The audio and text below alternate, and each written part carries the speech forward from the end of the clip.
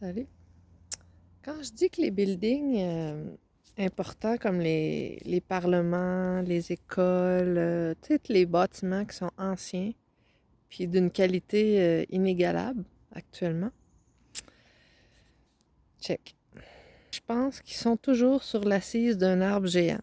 Parce que c'est une assise solide, premièrement, tu sais, que ça a été du bois ou transformé en roc. Quand ça a une shape comme ça, puis il y en a plein des bâtiments comme ça ici à Sherbrooke. Des bâtiments avec une partie à droite, une partie à gauche, puis une partie centrale. Comme exemple, le Cius de l'Estrie dans Fleurimont, là, quand tu montes la côte vers direction King-Est. Le Cius, là, c'est des bâtiments, il y en a un sur une racine, un sur une autre racine, à disposition. Puis le centre avec un dôme est, est sur la souche, genre. Mais il y avait sûrement un autre arbre parce qu'eux autres, ils ont un autre bâtiment avec une grande cheminée.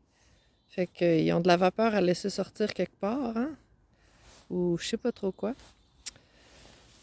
Puis, il y a d'autres écoles aussi. J'ai remarqué l'école Lebert, là, la montée.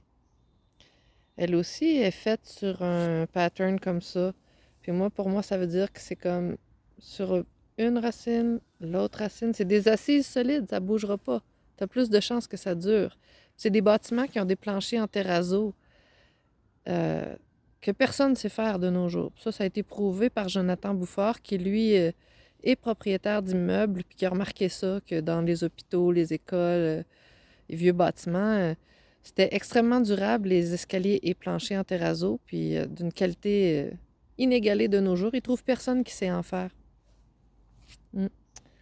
Puis bref, ça te prend une bonne assise pour avoir des matériaux durables comme ça, en sachant que tu veux rien, que rien bouge.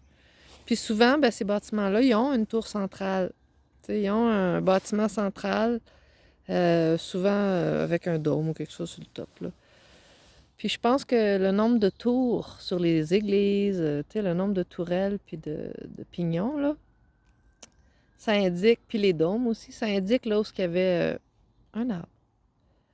Puis la raison, ben, c'est toujours une question de solidité. C'était choisi comme spot probablement parce que c'était une bonne assise. Puis aussi, ben, une fois ionisés, les arbres, ben, ils se sont transformés en toutes sortes d'affaires. En, la sève en veine de quartz, tu sais. D'autres choses qu'il y avait là-dedans sont devenues des métaux, comme des veines de ci pis de ça, là, des veines d'or, des veines de... Je sais pas trop comment ça s'est fait, là, mais je sais que le marbre et le granit, j'avais fait une recherche, puis tu remontes aux ionisations là, pour comprendre comment ça s'est créé. Puis je suis remontée, puis ça en revient pas mal à ça, tant qu'à moi, là. Le marmour, le marbre. Fait que c'est ça. Chaque arbre a ses particularités, ses contenus, c'est ce qu'il contient. Il y en a qui ont du cuivre dedans. Puis je pense que les bâtiments qui ont des toits en cuivre, ben ça a un lien avec ça. Ça devait être peut-être des sites d'arbres que ces arbres-là, ils contenaient du cuivre. Il y a des raisons au choix des matériaux. Fait que c'est super intéressant de regarder ça de même. Puis c'est sûr qu'il y en a qui sont au courant. C'est sûr qu'il y en a qui savent ça. Il y a quelqu'un quelque part qui s'assure du maintien du choix des matériaux nobles et tout ça, mais en fonction de ça. Fait qu'on va les trouver puis on va leur parler à un moment donné. Sinon, ben, on va s'en rendre compte pareil. Merci.